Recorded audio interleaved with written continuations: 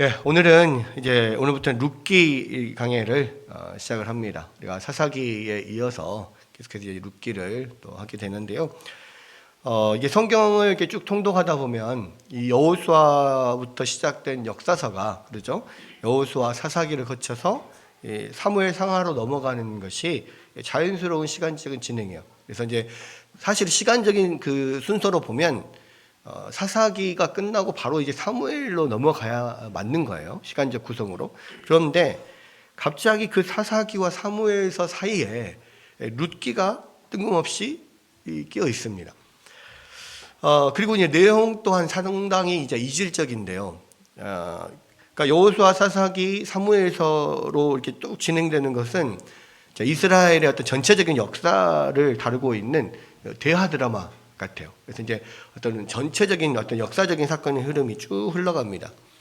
그런데 이제 이 사이에 끼어든 이 룻기는 유다 베들레헴에 사는 한 가정이 흉년 때문에 모압으로 이주를 했다가 거기서부터 두 아들이 모두 죽고 폐가 망신해서 어머니 나오미와 또 며느리인 모압 여인 룻이 베들레헴으로 돌아와서 이제 어떻게 다시 일어서게 되나 이런 것들, 이런 어떤 소소한 가정사를 다룬 어떤 미니 시리즈 같은 그런 드라마를 본 듯한 느낌을 받아요. 그러니까 마치 이 광주에서 서울로 가는 고속도로를 막 질주하다가 잠시 휴게소에 들른 듯한 그런 느낌. 그게 이제 하나의 어떤 룻기의 위치이고 룻기가 주는 느낌인데요. 이 네덜란드 신학자 아부마라고 하는 분은 이 룻기를 가리켜서 사사기와 사무엘서라고 하는 딱딱한 조개 껍질 사이에 끼어 있는 진주다 이렇게 표현을 했어요. 그러니까 이제 룻기를 진주로 표현을 했다라고 하는 것은 어떻게 볼 때에는 좀 지나친 과장이 아니냐 뭐 이렇게 생각할 수도 있겠죠. 그런데 룻기 안에 들어있는 어떤 신학적인 메시지와 또 이 사사기와 사무엘서 사이에 놓인 어떤 룻기의 그런 위치를 보면 굉장히 탁월한 통찰이다 이렇게 생각을 할 수 있습니다. 무슨 이야기냐면 이 사사기는 전체적으로 굉장히 그러니까 그때 왕이 없었으므로 모두가 자기가 옳은 대로 행하기 때문에 엄청나게 영적으로 어둡고 이 사회 전체적으로 혼란한 그런 혼란상을 보여주고 있다는 말이에요. 그래서 이제 사사기를 보면 이 사사시대 때의 이스라엘 백성들의 어떤 죄악과 또 하나님의 어떤 구원하심 이런 면이 분명히 나와 있어요. 근데 이게 마치 전쟁터에 나가면 이 전쟁이 있으면 사람들의 마음이 굉장히 흉흉해지거든요. 굉장히 그 마음이 강팍해짐을 느낍니다. 그러니까 이 사사기를 쭉 읽어보면요, 어떤 이게 은혜롭다기보다는 좀 막 그 잔인하기도 하고 마음이 강팍해져요. 그래서 마지막 이 5장을 읽어보면 진짜 굉장히 마음이 은혜롭다기보다는 굉장히 혼란스럽고 심란한 그런 마음이 듭니다. 그러니까 그런 면에 봤을 때 그런 전체적인 분위기가 어떤 큰 흐름, 역사적인 흐름을 따라서 지금 진행을 되고 있지만 마치 거기 안에 어떤 그 심장이 없는 듯한. 그러니까 그것을 보고 우리가 은혜를 느낄 수 없잖아요. 심장이 없는 그런 전체적인 이렇게 로봇들의 싸움 같은 어떤 그런 느낌을 받는단 말이에요. 그런데 이 룻기의 시대적 배경 자체가 우리 룻기 1장 1절에 보면 사사들이 치리하던 때에 이렇게 나오거든요. 그러니까 사사들이 치리하던 때는 사사기가 끝나고 사무엘서로 넘어가는 그 사이에가 아니라 사실은 사사기가 시작되는 그 초기의 어떤 일이라는 거예요, 이게. 그래서 시간적으로는 사사기 이후의 룻기가 아니라 사사기와 동일한 시대에 이 룻기가 따로 있는 거예요. 마치 사사기의 전쟁 이야기에 없었던 심장을 따로 빼가지고 그냥 옆에 평행적으로 놓은 듯한 느낌에. 그래서 그 사사기 안에서 없었던 따뜻함과 어떤 은혜와 어떤 그런 사랑과 충성과 이런 것들이 룻기를 통해서 아주 소소한 한 가족사를 통해서 보여지는 거죠.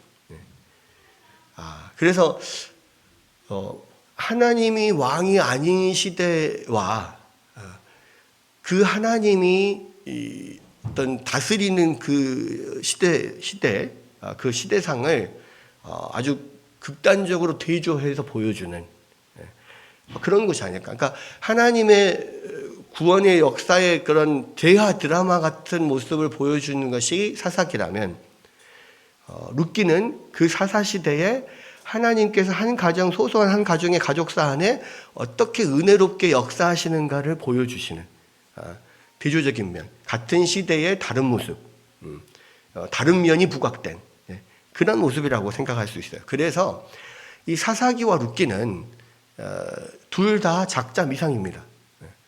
누가 썼는지 몰라요. 근데 이 유대 문헌에 의하면 이 사사기와 룻기는 같은 사람이 썼을 것이다. 그리고 또한 사사기와 룻기는 어떤 하나의 책일 것이다. 이렇게 이야기를 하는 사람들이 많이 있습니다. 그만큼 이 사사기와 룻기가 시대적으로도 연결되어 있고, 이 어떤 내용적으로 볼 때는 완전히 이질적인 것 같지만 사실은 그것이 한 세트다.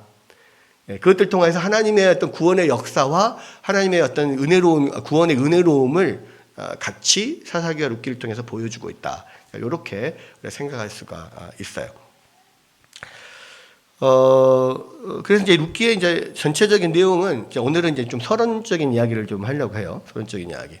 그러니까 룻기의 어떤 전체적인 내용은 나오미의 삶이 어떻게 절망에서 희망으로 바뀌게 되었는지를 보여주는 이야기입니다. 그러니까 어찌 보면은 전체적으로는 나오미의 어떤 삶에서 일어나는 일이에요. 근데 주인공은 나오미가 아니라 룻이에요. 그래서 이제 이름이 나오미기가 아니라 룻기인 거죠. 그러나 그 전체적인 내용은 나오미의 삶에서 어떤 보여지는 절망에서 희망으로 바뀌는 어떤 이야기, 또 나오미의 삶이 원래는 이렇게 모압에서부터 이렇게 텅 비어져 버렸다가 완전히 비어져 버렸다가 채워지는 그런 이야기. 또 여기서 나오는 단어 중에 하나 기업 물을 자라는 어떤 내용, 그것이 이제 고엘이라고 하는데, 기업 물을 자를 잃어버렸다가 다시 얻게 되는 이야기. 나중에 이제 룻의 그 남편이 되는 보아스가 기업 물을 자로서 이 기업을 물러주는 거잖아요. 또 이런 절망에서 희망으로 어떤 변화의 어떤 결정적인 동인이 뭐냐라고 했을 때는 룻과 보아스라고 하는 이런 탁월한 인물들이 보여준 인애, 헤세드, 은혜라고 하기도 하고, 그 헤세드의 이야기예요. 근데 이게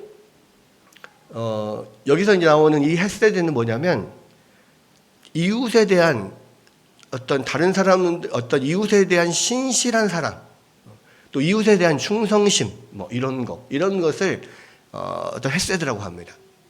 그러니까 룻도 보시면 이제 뭐 우리가 내용들은 대부분 잘 아니까, 룻도 보면 사실은 그 시어머니인 나오미를 따라서 베들레헴으로 올 필요가 없는 거예요. 왜? 모압 여인이잖아요. 모압 사람인데 뭐 한 번도 가본 적 없는 그냥 그 다른 나라인 이스라엘로 가서 시어머니를 따라서 갈 이유가 없는 거예요. 왜? 남편이 이미 죽었잖아. 남편이 없어요. 근데 굳이 시어머니를 따라 갈 이유가 없죠. 그리고 시어머니가 계속해서 그 며느리, 두 며느리, 그러니까 오르바와 룻에게 나를 따라가지 말고 여기서 또 다른 남편을 만나서 잘 살아라, 계속 이야기를 합니다. 오르바도 끝까지 그래도 나는 어머니랑 같이 따라가겠습니다 계속 하다가 나중에서 결국은 이제 그냥 뭐 어머니의 강력한 그런 권유에 그냥 맞지 못해서 이제 떠나면서도 그 어머니랑 둘이서 붙잡고 엉엉 울고 떠나잖아요. 그러니까 오르바는, 룻은 끝까지 남아 있어서 좋은 사람이고 오르바는 중간에 갔기 때문에 나쁜 사람, 이런 게 아니에요. 그러니까 오르바도 보통 사람들 같으면은 그냥 충분히 안 따라가도 되는 것을 기어치 따라가겠다고. 예? 나오미를 끝까지 따라가다가 나중에는 강력하게 이제 시어머니가 말리니까 마지못해 돌아갔단 말이에요. 그러니까 오르바도 나름대로 열심히 그 시어머니에 대한 어떤 햇세들을, 인애를, 어떤 이웃에 대한 어떤 그 진실한 어떤 사랑을 보여주고 있었단 말이에요. 근데 룻은 이제 거기보다 더 하죠. 끝까지 무슨 일이 있어도 내가 어머니 곁에 남아 있겠다. 이게 이제 이 이웃에 대한 또는 어머니에 대한 시어머니에 대한 룻의 어떤 충성스러운 사랑, 끝까지 이렇게 떠나지 않는 사랑. 이게 이제 하나의 헤세드로 이렇게 보여지는 거란 말이에요. 그러니까 룻기에 나오는 이 사람들의 관계를 보면 모든 사람들의 관계에서 정말 그렇게 이웃에 대한 진실한 사랑이 묻어나요. 나오미도 그렇게 그냥 뭐 며느리들이 따라오겠다 하면 그냥 뭐 이렇게 못 이기는 척하고 데리고 가도 되잖아요. 그래도 혼자 이 다 늙은 어머니가 가서 어떻게 먹고 살겠어요. 그나마 젊은 이 며느리들이 같이 가면 그래도 가서 이삭이라도 주워가지고 어떻게든 조금은 먹고 살 수 있겠죠. 근데도 불구하고 분명히 도움이 될 텐데 그럼에도 불구하고 이 젊은 며느리들이 그 남은 인생을 나와 같은 그런 이 시어머니 늙은 사람을 모시면서 그 인생을 불행하게 사는 것을 원치 않는 거예요. 그러니까 끝까지 계속 뭐 2번, 3번 계속 가라 제발 가라 가서 네 인생 살아라 계속 이야기를 하잖아요. 그러니까 그 나오미도 며느리에 대해서 끝까지 충성스러운 인애를 보여주고 있는 거예요. 또 룻과 보아스에서도 마찬가지. 보아스도 기업 물을자로서 사실은 본인이 최우선순위가 아니었어요. 그렇죠? 그러니까 룻의 가정을 돌볼 필요가 굳이 나서서 돌볼 필요가 없어요. 자기보다 더 우선순위인 기업 물을 자가 있었단 말이에요. 그럼에도 불구하고 보아스는 이 룻과 나오미를 불쌍히 여겨서 내가 그 기업 물을 자가 되게 해주겠다. 그래서 첫 번째 1순위인 사람 찾아가가지고 네가 이 기업 물으겠냐. 네가 아니면 내가 할란다. 어떻게 할래? 그럼 난 안 하겠다. 그래서 자기가 2번째 순임에도 불구하고 자기가 견치 이야기를 해서 기업을 물어서 룻과 결혼하고 또 그 엘리멜렉의 어떤 기업을 다시 돌려준 거란 말이에요. 사서 돌려준 거예요. 자기 건 안 되는 거야. 기업 물는다는 것은 대신 사서 주는 거거든. 그잖아요. 그러니까 그런 모든 관계가 모든 등장인물들의 관계가 다 헬세드의 관계, 인애의 관계인 거예요. 그러니까 이런 관계를 여러분 사사기에서 봤습니까? 사사기에서는 이렇게 안 나와요. 마치 심장을 잃어버린 듯한 시대인 것 같아요. 근데 이 룻기의 이 시대는 같은 시대이지만 이 작은 가정 안에서 일어나는 소소한 어떤 가족사지만 이런 인애의 관계, 헬세드의 관계로 모든 사람들이 계속해서 대하고 있는 거예요. 결국 뭐냐? 왕이 없어서 하나님이 왕이 되시지 않음으로 피폐한 그 시대의 해답이 뭐냐를 작은 가족사에서 보여주는 거예요. 그것은 하나님이 왕이 되시고 하나님의 뜻을 정말 신실하게 따르는 그런 헬세드의 관계를 통해서만이 그 삭막한 이 사사의 시대가 바른 하나님의 나라로 만들어질 수 있다는 것을 보여주는 거예요. 그래서 룻기는 아까 제가 말씀드렸던 것처럼 사사기에서 없는 그 어떤 하나의 심장이 거기에 있는 것이고 하나님 나라의 심장, 하나님 나라를 이루는 가장 핵심적인 어떤 가치 또는 핵심적인 어떤 그 동력이 뭐냐? 그게 바로 인애다. 이웃에 대한 신실한 사랑, 이웃에 대한 충성스러운 사랑. 그것을 지금 룻기가 보여주고 있다라고 하는 것입니다.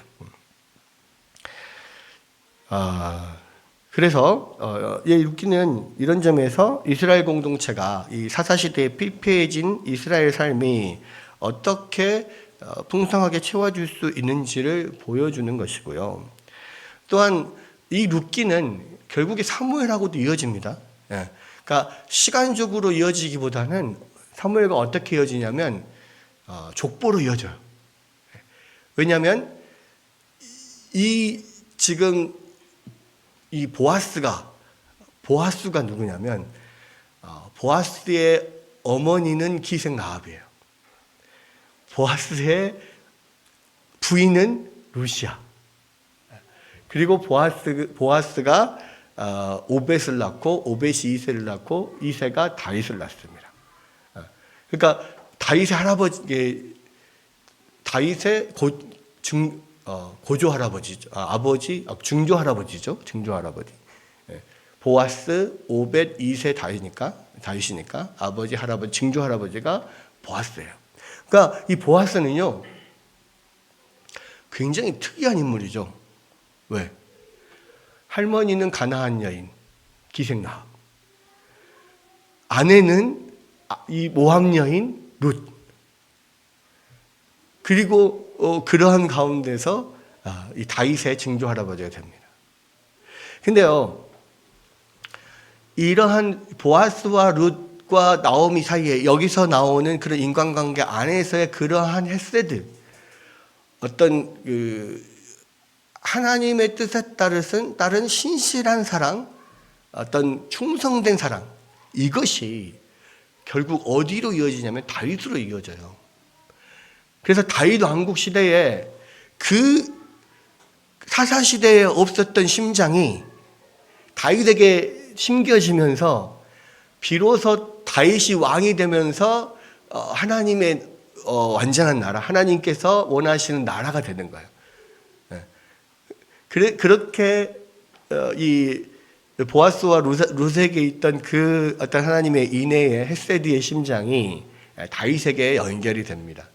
그리고 완전한 하나님의 나라가 되는 거죠.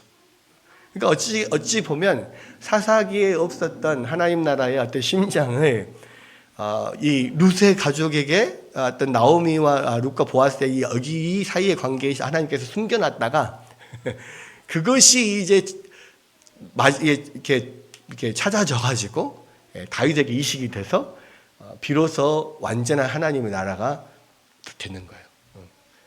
그런 느낌. 그렇게 해서 다윗에게는 그래서 그러한 이웃을 향한 진실한 사랑, 어떤 충성된 사랑 이런 게 있었어요. 그러니까 사울과의 관계에서 그래서 끝까지 사울을 해하지 않잖아요. 왜? 그 사랑이 있으니까 다윗에게는. 아무리 사울이 자기를 이렇게 죽이려고 해도 끝까지 그 왕을 죽이지 않는 신실한 그 신실함이 있었단 말이에요. 그게 하나님의 뜻이 아니라는 것을 아니까 하나님이 기름 부어 세운 왕을 내가 내 손으로 죽일 수 없다. 그게 하나님이 왕으로 모신 자의 어떤 신실한 사랑이거든요. 유대에 대한 충성. 요나단과 다윗과의 관계도 그렇고. 그렇게 해서 다윗이 하나님 나라를 세워가는 것들이 나중에 나옵니다. 그러니까 룻기는 그렇게 족보로서 보아스와 룻의 이 증손자인 다윗에게 그러한 헤세드의 심장이 심겨지고 전달되는 어떤 그런 면에서의 이 사사기와 사무엘서를 이어주는 그런 역할을 한다는 거죠. 그런 면에서 이 룻기가 우리에게 좀 중요한 그런 것이 아닌가. 그래서 아까 그 네덜란드 신학자가 어떤 룻기를 딱딱한 두 조개 껍데기 사이에 끼어 있는 진주라고 말하는 것이 그런 이유다라고 생각을 할 수가 있습니다. 자, 그러면 우리 1절부터 좀 한번 살펴보면은요. 여기서 보면 룻기의 시대적 배경이 바로 이제 사사들이 치리하던 때다. 룻기 1장 1절에 그렇게 나오고 있죠. 그래서 이 역사적인 순서가 사사기 다음에 룻기가 나온 게 아니고 이 사사기 시대에 그 동일한 시대에 평행적으로 룻기가 이루어지고 있다. 룻기의 사건이 이루어지고 있다는 걸 보여주고 있고요. 그리고 여기서 보면 그때에 그 땅에 흉년이 드니라. 그래서 흉년이 들어서 유대 베들레헴 한 사람이 그 아내와 두 아들을 데리고 모압 지방으로 가서 거류했는데, 이 모압 지방은 어디입니까? 이 요단강 동쪽이죠. 예, 요단강 지금 서쪽에 보통 많이 이스라엘에 사는데, 특히 유다 베들레헴은 요단강 서쪽에 있잖아요. 서쪽에서 요단강을 건너면 거기가 이제 모압 땅인 거죠. 모압 땅인데, 그곳으로 흉년이 가나안 땅에 생겨가지고 이 베들레헴의 한 사람이 두 아들과 아내를 데리고 모압 지방으로 가서 거주했다. 그랬는데 그 사람의 이름이 엘리멜렉이고 그의 아내의 이름은 나옴이다. 그렇게 이야기를 하고 있죠. 이것도 좀 의미심장합니다. 왜냐? 엘리멜렉이라고 하는 이름의 뜻이요. 엘 하면 하나님이거든요. 엘리 하면 나의 하나님 이런 뜻입니다. 그 멜렉은 이 구약 성경에서 자주 나오는데 뭐 아비멜렉 뭐 그런 멜렉이 많이 나오는데, 멜렉이 뭐냐면 왕이란 뜻이에요. 그러니까 나의 하나님은 왕이시다 이 말이에요. 엘리멜렉은. 그러니까 사사의 시대, 하나님이 왕이신 하나님이 왕으로 섬김을 받지 못했던 때, 왕이 없었던 때에 엘리멜렉, 나의 하나님은 왕이시다라고 하는 이름을 가진 사람이 그 사사들이 다스리던 이스라엘 떠나서 모압으로 가버려요. 그러니까 왕이 없는 거죠. 그러니까 약간 그런 이 사사의 시대가 왕이 없는 시대라고 하는 것을 엘리멜렉이라고 하는 이름을 통해서 지금 이렇게 보여주고 있는 겁니다.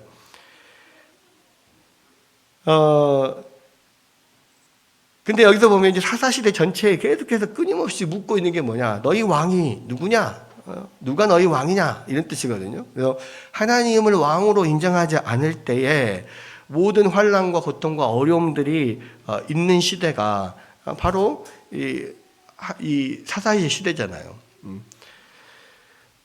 여러분, 그래서 오히려 그런 시대에 하나님을 왕으로 인정하는 주의 백성들에게 하나님의 은혜와 지키심 또 축복이 있게 된다는 것을 이 룻기를 통해서, 전체적인 어떤 스토리를 통해서 보여주고 있는 것이 룻기의 이야기예요. 그래서 이 엘리멜렉의 부모는 이 엘리멜렉에게 이름을 주면서 하나님을 왕으로 모시고 하나님의 뜻에 잘 순종하며 살아라, 이런 의미로 이름을 붙여줬지 않았을까 생각이 됩니다. 또 그 아내의 이름은 나옴이에요. 나중에 이제 그 1장 마지막 절에 보면 나오미가 룻과 함께 그 베들레헴으로 돌아왔을 때, 이가 나옴이냐? 나옴이냐? 이렇게 물어보는데, 나를 나옴이라고 하지 말고 말하라 해라, 이렇게 이야기해요. 왜 그러냐면 나옴이라고 하는 뜻은 기쁨이라는 뜻이거든. 근데 자기의 인생이 지금 기쁨의 인생이 아니잖아. 모압으로 가가지고 쫄딱 망해가지고 자기 아들과 남편 싹 다 죽고 그냥 이방 며느리 하나를 데리고 지금 그냥 만시창이로 완전 빈털터리로 그렇게 돌아왔단 말이야. 그러니까 그 인생이 슬픔의 인생이에요. 아마도 한 10년 만에 돌아왔다라고 보통 생각을 하는데, 그 기쁨이 아니라, 그러니까 그 인생이 지금 아주 쓰다는 뜻이거든요. 그 인생이 나는 지금 말하지, 나는 나오미가 아니다, 이렇게 이야기를 하거든요. 근데 어쨌거나 이 나오미는 기쁨이라는 뜻입니다. 그러니까요, 이 이름에서도 벌써 어떤 상징적인 의미가 있는 거예요. 나의 엘리멜렉, 나의 하나님은 왕이시다 라고 하는 이름을 가진, 나의 하나님은 왕으로 섬기는 자가 가나안 땅, 약속의 땅에서 축복이 약속된 땅에서 있었으면 그 아내 나오미, 기쁨이라고 하는 아내와 함께 잘 살았을 거예요. 기쁨으로. 그런데 나의 하나님이 왕이다 라고 하는 엘리멜렉이 하나님의 약속의 땅, 축복의 땅에서 떠나버리니까 그 이 함께 사는 나오미가 안 되고 마라가 돼버리는 거죠. 이걸 지금 보여주고 있는 거예요. 여기서 보면은 그 땅에 흉년이 들어서 유다 베들레헴에 있는 한 사람이 그 아내와 두 아들을 데리고 모압 땅으로 갔다. 그냥 이렇게만 이야기를 했는데, 그럼 이게 여기 안에 이 일에 대해서 어떤 평가가 들어있냐? 평가가 들어있지는 않아요. 근데 이 일이 상당히 중요한 일이죠. 그러니까 이름의 뜻에서 보십시오. 베들레헴이라고 하는 이름의 뜻이 뭡니까? 베들레헴은 빵의 집이라는 뜻이에요. 빵의 집. 베이트레헴이거든요. 베이트레헴. 베이트가 집이고 레헴은 빵이에요. 베이트레헴. 빵의 집에서 흉년이 왔다고 빵의 집을 떠나버려요. 그럼 축복을 받겠습니까? 그리고 그 땅이 가나안 땅이 무슨 땅이에요? 하나님이 약속하신 땅이에요. 그러니까 재미있는 게 뭐냐면 원래 이 가나안 땅은 하나님이 축복을 약속하신 땅이고 그 땅 중에서도 베들레헴은 빵의 집이라고 하는 그런 물질적인 풍요가 있을 것 같은 그런 땅인데 흉년이 들었다고 그 베들레헴에서 모압으로 이주를 한단 말이에요. 근데 이 모압은 또 어떤 곳이냐면 출애굽 당시에 이스라엘 백성들이 가나안으로 들어오면서 모압 왕 발락에 의해서 엄청난 공격을 받죠. 발락이 이 이스라엘을 치려고 하는데 칠 수가 없어. 너무 군사적으로 못 이길 것 같아. 그러니까 어떤 꾀를 냅니까? 발람을 데려오잖아요. 선지자 발람을 데려와 가지고 저주하게 합니다.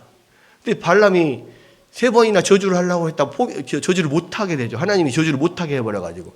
그러니까 마지막에 발람이 어떤 꾀를 내냐면 이 내부에서 이스라엘 백성들이 무너질 수 있는 꾀를 냅니다. 그게 뭐예요? 모압 여인들을 통해서 그 이스라엘 백성들의 미인계로 다가가죠. 그래서 그들을 집에 초대해가지고 같이 가나안 신들에게 제사를 지내고 같이 동침을 하고 그럽니다. 왜? 그때 당시에 가나안 그 신들에게 제사를 지내는 행위 자체에 이미 동침하는 게 포함되어 있잖아요. 그렇게 하면서 결국은 그 내부에서 이들이 범죄하도록 그것을 조장을 하죠. 네, 미인계를 통해서.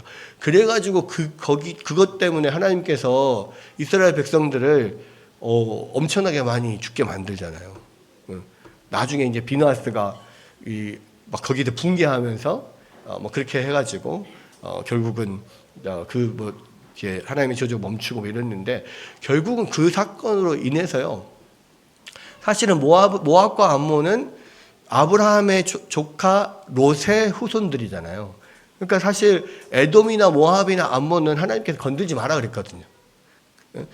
에돔은 에서의 후손들이고 모압과 암몬은 롯의 후손들이니까 얘네들을 건들지 말고 얘들 싸우지 말고 잘 피해서 가라고 했는데 결국은 그런 식으로 해서 모압 왕 발락이 그렇게 이스라엘을 굉장히 죄에 빠지게 하면서 굉장히 위험하게 만들어 버리고 그리고 나중에 그래서 이 신명기에서 모세가 그런 예언적인 어떤 기도를 하면서요 모압 땅을 저주하는 면이 나와요. 그런 면 때문에.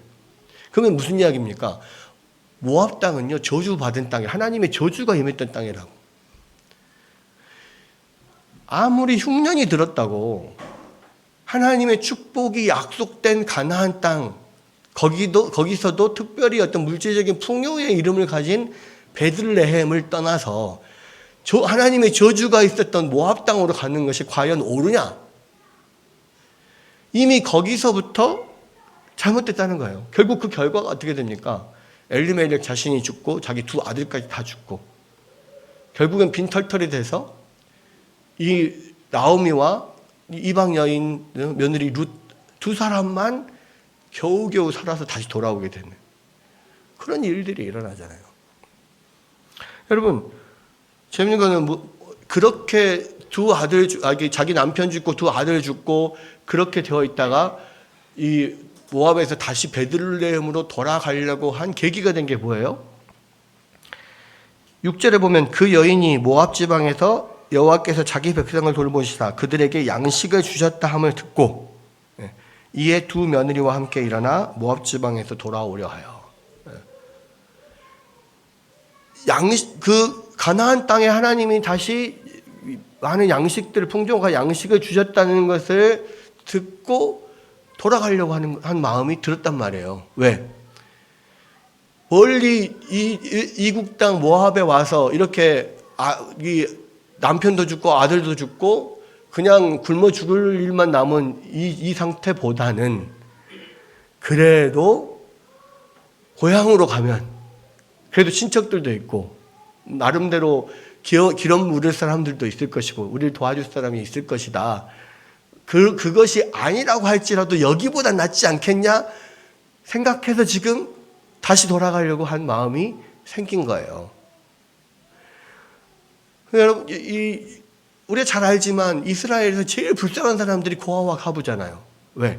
과부들은 남편이 죽고 아들이 죽으면, 그러니까 남편과 아들이 아예 없는 과부는 살아갈 길이 없어요. 왜? 경제활동을 할 수가 없거든. 그때 당시엔 남자들만 경제활동을 할 수 있었기 때문에 살아갈 길이 없어요. 그러니까 모압에 있어도 살 수가 없어. 베들레헴으로 돌아간다고 해도 거기서 큰 뾰족한 수는 없지만 그래도 친척들도 있고 또 잘하면 기업 물을 사람이 도와줄 수도 있고 이런 면이 있으니까 최소한 여기보단 낫지 않겠냐 이런 생각을 가지고 돌아간단 말이에요. 근데 여러분 생각 한번 해보십시오.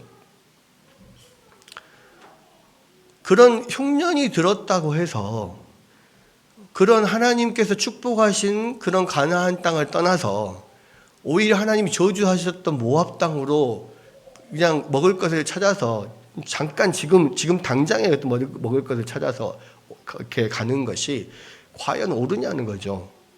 결과적으로 어떻게 됐어요? 쫄딱 망했어요. 근데 여러분 시간이 한 10년 정도 지났다 그랬잖아요. 그죠?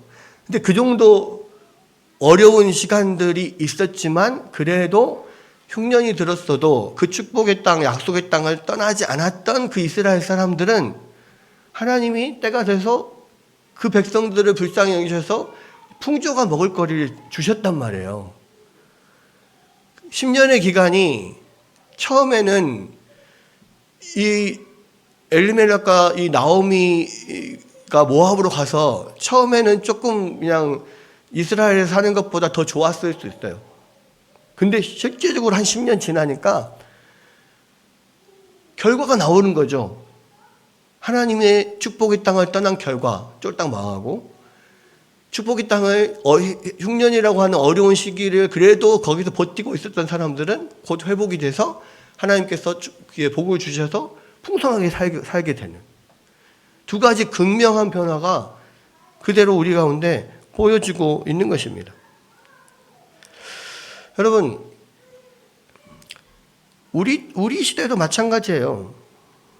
우리 인생에서도요, 어떤 환난이나 어려움이 있더라도 우리가 하나님의 말씀 안에서 떠나지 않겠다라고 하는 각오로 믿는 백성들에게 하나님께서 반드시 그 백성들을 기억하고 돌보신다는 거예요.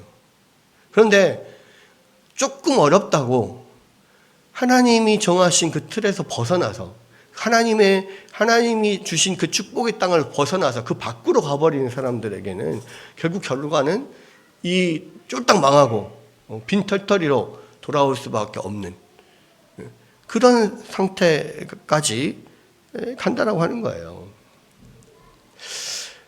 여러분, 이런 경우가 너무 많아요. 그러니까 좀 힘들고 어려워도 하나님이 정하신 틀 안에서 하나님께서 축복하신 그 지경 안에서 사는 것이 중요합니다. 그 머물고 있고 거기서 버티고 견디는 게 중요해요. 그러면 분명히 하나님 때가 이르면 다시 회복시키실 거예요. 근데 그 잠깐의 어려움들을 그 시기를 견디지 못해서 하나님이 정하신 축복의 땅 밖으로 그 지경을 넘어가 버리면요. 망하는 인생밖에 될 수가 없다는 거예요. 그러니까 우리 청년들도 마찬가지입니다. 그러니까 요즘에는 그 결혼 연령들이 계속 높아지고 있잖아요. 40대, 50대 미혼 남녀들이 많아요. 특히 그 안에는 그런 골드미스라고 하는 나이가 많지만 결혼을 안 하고 있거나 못 하고 있는 그런 자매들이 많아요. 근데 그런 자매들이 그렇게 결혼을 못 하고 있는 것은 여러 가지 이유가 있겠지만 그 중에 한 가지는 좋은 신실한 믿음 좋은 배우자를 만나고 싶어서 기다리는데 안 나타나니까 못하는 그런 경우가 많단 말이에요. 그리고 또 그렇다고 해서 믿음만 좋은 사람하고는 또 결혼하기 힘들잖아요. 예, 그래도 먹고 살 수는 있고 믿음이 좋고 이런 조건들을 따지다 보니까는 결혼을 못하는 자매들이 있어요. 근데 이제 뭐 그렇게 믿음으로 살겠다라고 하는 사람들에게 하나님께서 결과적으로 좋은 뭐 배우자를 주실 수도 있지만 또 그냥 안 주실 수도 있어요.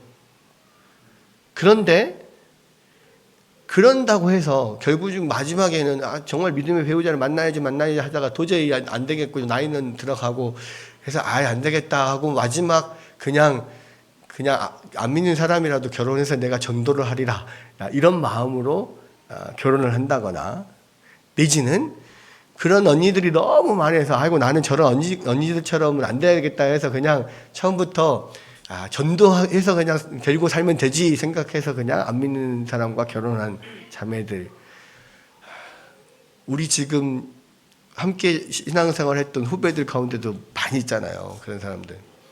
여러분 생각해 보세요. 그렇게 해서 행복한 사람이 있는가? 오히려 결혼은 안 했지만 믿음으로 그래도 살아가고 있는 골드미스들이 훨씬 더 행복해요. 그렇지 않습니까?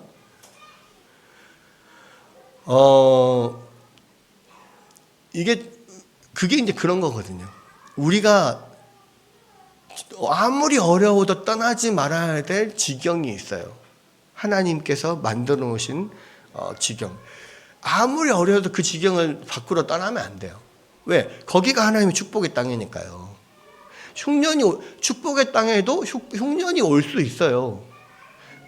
근다 해서 그 축복의 땅, 하나님이 약속하신 그 땅을 떠나버리면 진짜로 잠깐은 편할지 모르지만요, 인생 나락으로 떨어지는 겁니다. 평생을 고생해요. 결국 평생을 고생하고 돌아 마지막에 나중에 빈털터리로 다시 하나님께 돌아오게 되는 이런 나오미와 같은 그런 인생이 앞으로 펼쳐지게 됩니다. 그리고 우리가 그런 것을 너무 많이 봐요. 그렇잖아요. 그러니까 아무리 어려워도요, 하나님께서 어려움을 주시는 흉년을 주시는 이유가 있어요.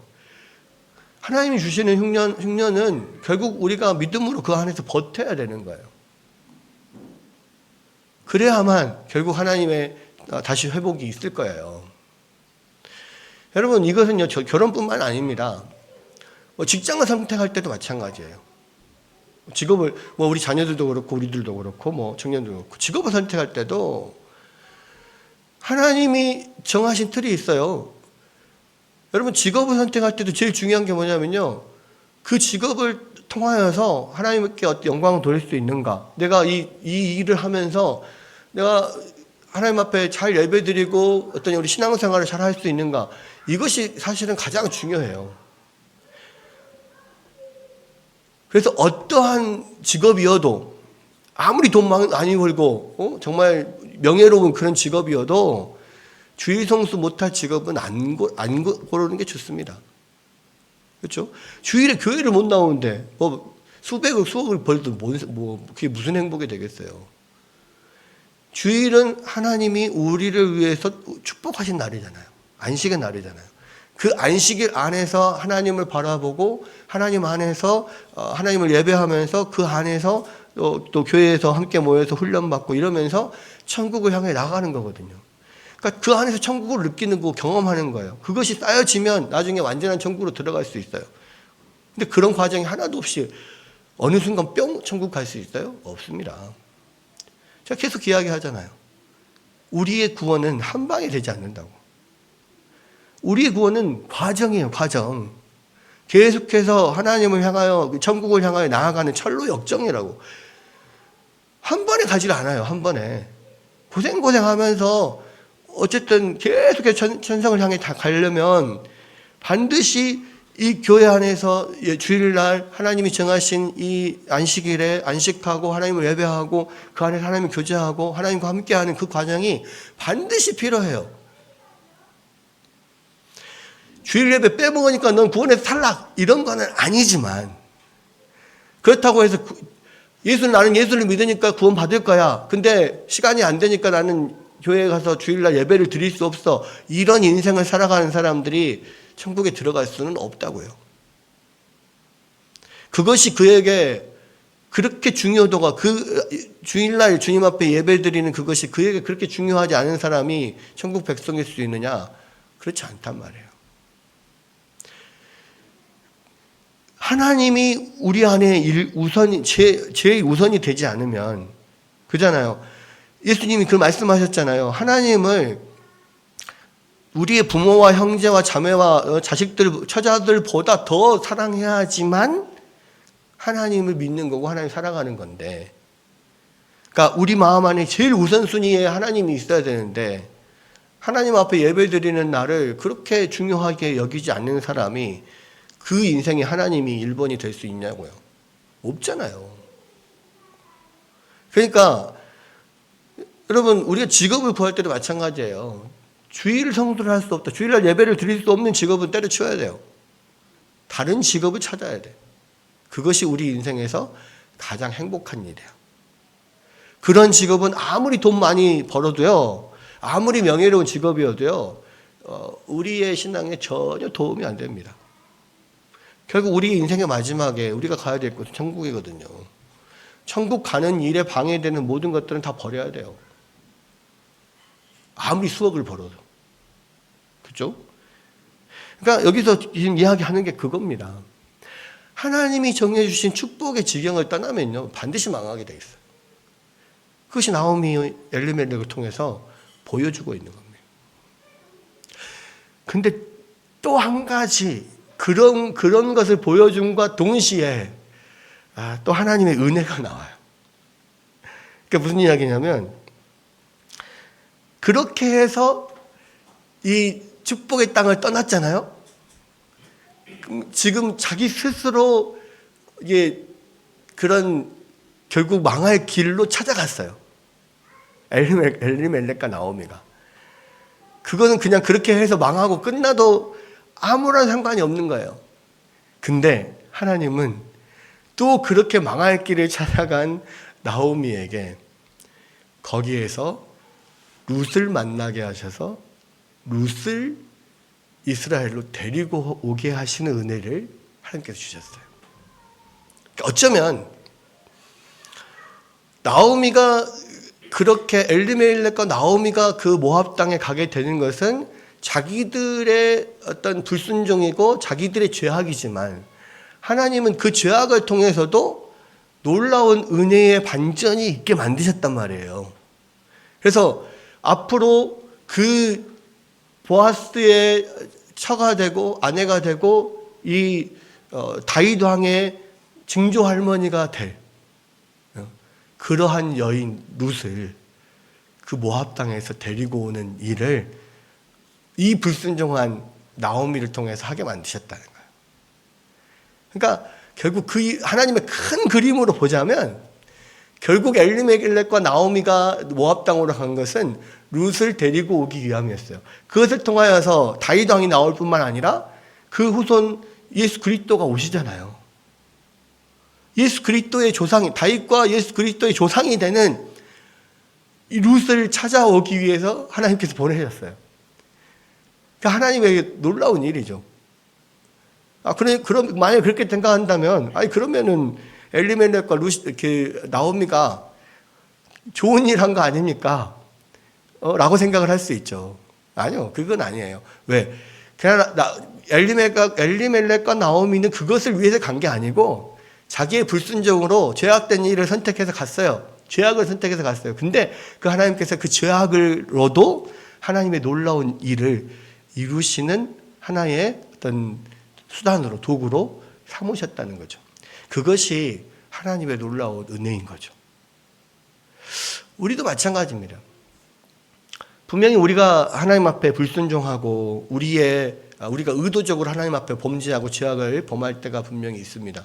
근데 하나님은요, 그럼에도 불구하고 그것을 통해서 또 하나님의 큰 그림을 이루시고 역사를 이루실 수 있는 분이라는 거예요. 그분이 하나님이시고 그것이 하나님의 은혜라는 거예요. 여러분 룻기의 어떤 전체적인 어떤 그런 흐름이나 내용들이 바로 이런 겁니다. 그래서 이제 앞으로 우리가 룻기를 좀 세세하게 좀 찾아볼 건데 이 룻기를에서 지금 역사하는 그 하나님이 또 이 사사기와 사무엘서를 전체적으로 봤을 때 어떤 룻기의 위치와 그런 은혜와 그런 하나님의 역사하심이 정말 신비하고 놀랍고 하나님 은혜는 정말 놀라운 거구나 이런 것들을 더 느끼게 됩니다. 그래서 우리는 사사기를 통하여서 이 삭막해졌던 가슴이 룻기를 통해서 이렇게 충만하게 은혜롭게 채워질 수 있다는 거예요. 그래서 룻기의 주제가 비움에서 채움으로 이게 룻기의 주제거든요. 어떻게 하나님께서 은혜를 채우시는가, 또 우리 마음을 어떻게 하나님 은혜를 채우신가를 룻기를 통해서 앞으로 우리가 함께 경험해 나갔으면 좋겠습니다. 그런 은혜가 여러분 가운데 있기를 주의 이름으로 축원합니다.